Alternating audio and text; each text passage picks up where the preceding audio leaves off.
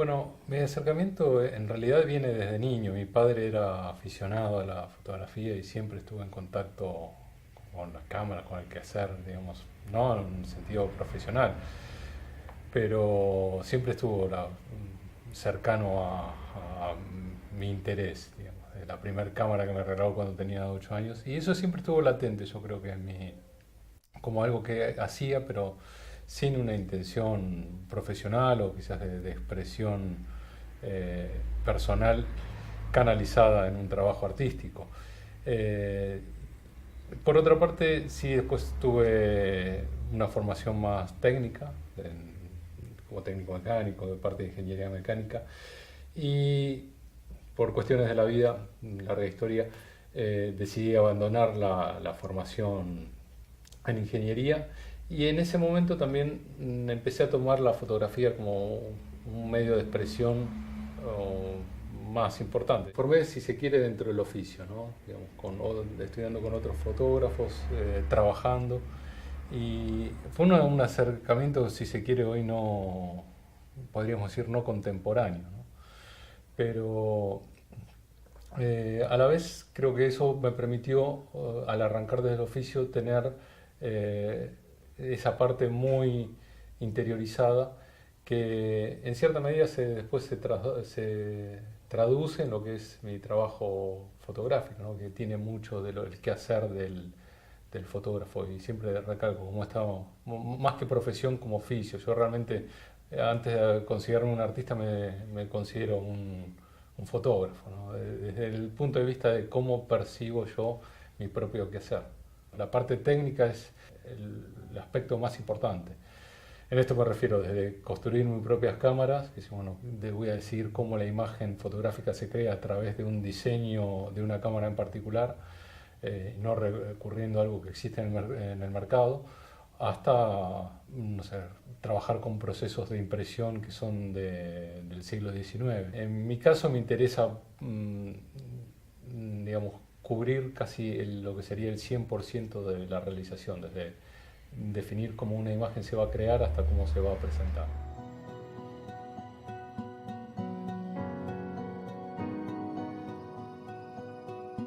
Siempre estuve interesado en la aviación, en el aeromodelismo, hacía maquetas de trenes cuando era chico.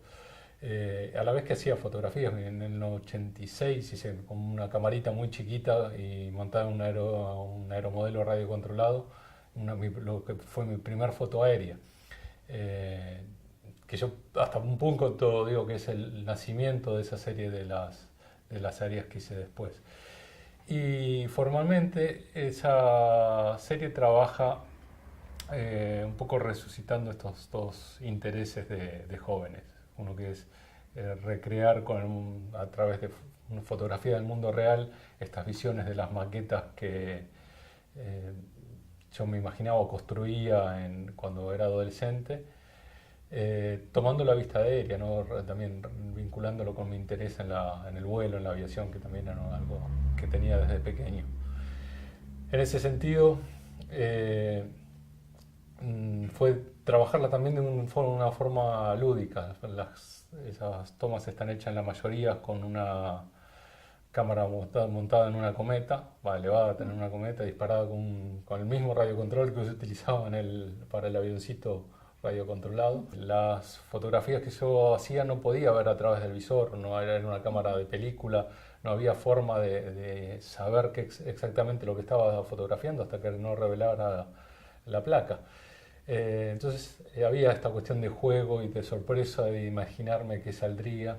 Eh, entonces, en ese caso yo creo que el proceso fue muy importante. Si bien eh, obviamente las fotografías después las elegía, algunas las descartaba, o sea, había una edición a través de ellos, más digamos al final del proceso, pero sí el proceso estaba vinculado con esta cuestión del azar y del juego y de la incertidumbre.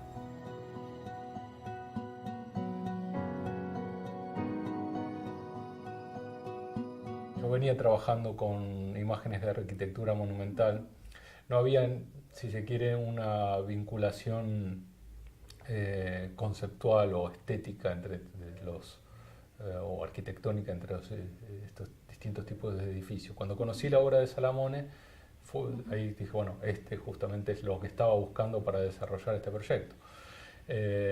Y sí decidí ya de entrada, por ejemplo, cómo iba a presentar las fotografías, el método de impresión que iba a utilizar, que es el proceso de la goma bicromatada, que está, si es un proceso también del siglo XIX, tiene bastante relación con los pictorialistas americanos de la década del 20, del 30, que es justamente un periodo muy cercano históricamente a lo que en el que trabajó Salamone. En relación al aspecto monumental que definía con la aislación del contexto, eso tenía también una vinculación a la hora de definir la técnica de esta cuestión de la fotografía nocturna, que si bien los edificios estaban aislados de por sí, porque están en la Pampa húmeda, en la provincia de Buenos Aires, la mayoría en el medio del campo, el hecho de fotografiarlos a la noche me permitía decir, bueno, tener estos fondos oscuros que también tienen una relación con el proceso de impresión, donde son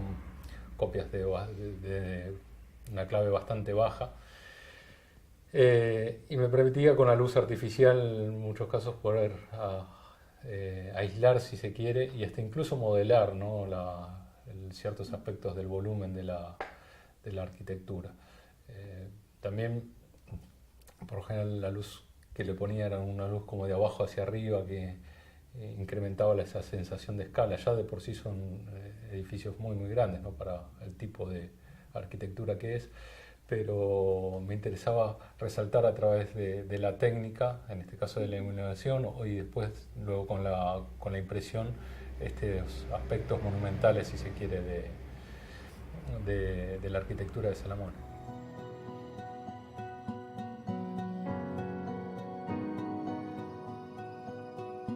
La verdad que me costó como fotógrafo mucho tiempo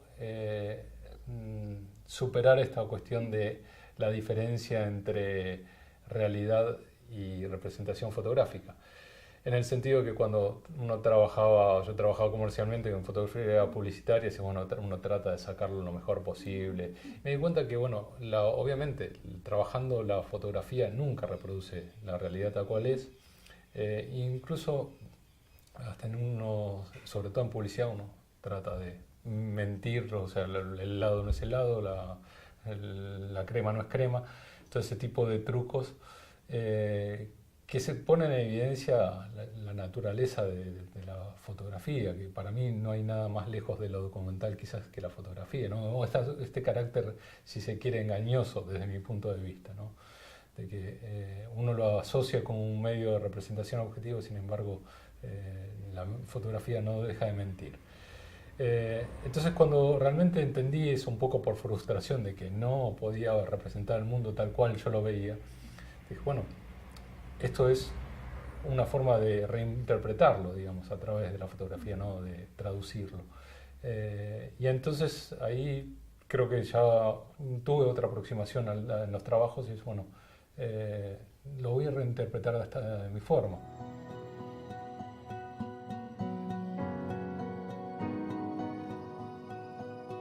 Yo soy un fotógrafo que soy nativo analógico, digamos. Sufrí la transición a digital, aunque mis proyectos personales todavía la mayoría lo sigo trabajando en forma analógica. Es un inconveniente porque realmente hay formas de resolver formalmente una obra que están dejando, ya prácticamente no existen. Pasó hace relativamente poco tiempo, pocos meses, cerró el último laboratorio de cinematografía de Argentina, que era el último en América Latina. Sin embargo, yo no considero que, o sea, más allá de estos inconvenientes, podría decirse, en el trabajo personal para mí no es un impedimento. Yo en algunos, dependiendo del proyecto, puedo resolverlo de forma digital o analógica. Y en todo caso, siempre se puede volver a recrear algunos procesos, por ahí no tan complejos como una película cinematográfica, pero procesos del siglo XIX pueden llegar a rehacerse manualmente.